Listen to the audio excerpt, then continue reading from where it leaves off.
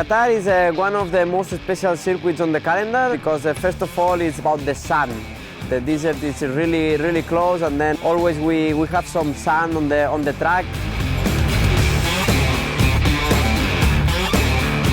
About the bike setup, it's not one of the most difficult circuits because the gearbox is quite long, and then also the bike you need to find some stability on the fast corners, especially the last sector. But you cannot forget the brake points because we have 3 brake points really strong that you need to have the front stability well.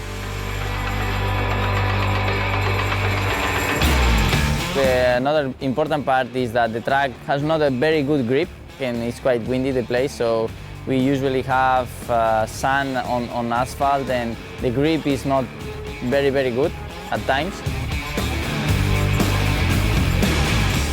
Honestly, it is like a normal race because the people say, yeah, it's very special.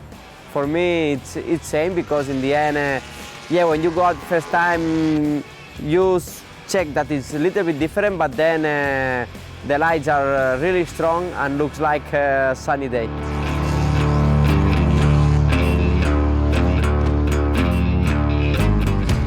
And also one of the important things in that track is to have a strong engine because there is a long straight and normally we have headwind there and you need a strong engine to survive to your rivals in the slipstream. I like it, I enjoy it every year. The results are not so bad, but yeah, you know, first race of the season always it's a special one because always you are a little bit more nervous than usual.